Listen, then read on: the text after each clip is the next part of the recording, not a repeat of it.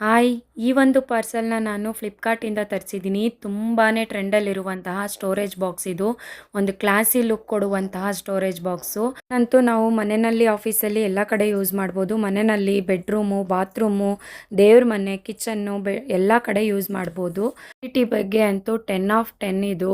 ತುಂಬಾ ಗಟ್ಟಿಯಾಗಿ ಬಂದಿದೆ, ಚೆನ್ನಾಗಿದೆ. ಇದನ್ನು ಫಿಟ್ ಮಾಡೋದಕ್ಕೆ ಮೊಳೆ ಹೊಡೆಯೋ ಅವಶ್ಯಕತೆನೇ ಇಲ್ಲ. ಅವರೇ ಈ ಥರ ಸ್ಟಿಕ್ಕರ್ ಕೊಟ್ಟಿದ್ದಾರೆ, ಅದನ್ನು ಹಾಕ್ಬಿಟ್ಟು ಹ್ಯಾಂಗ್ ಮಾಡಿದ್ರೆ ಆಯಿತು. ತುಂಬ ಗಟ್ಟಿಯಾಗಿ ಕೂತ್ಕೊಳ್ಳುತ್ತೆ.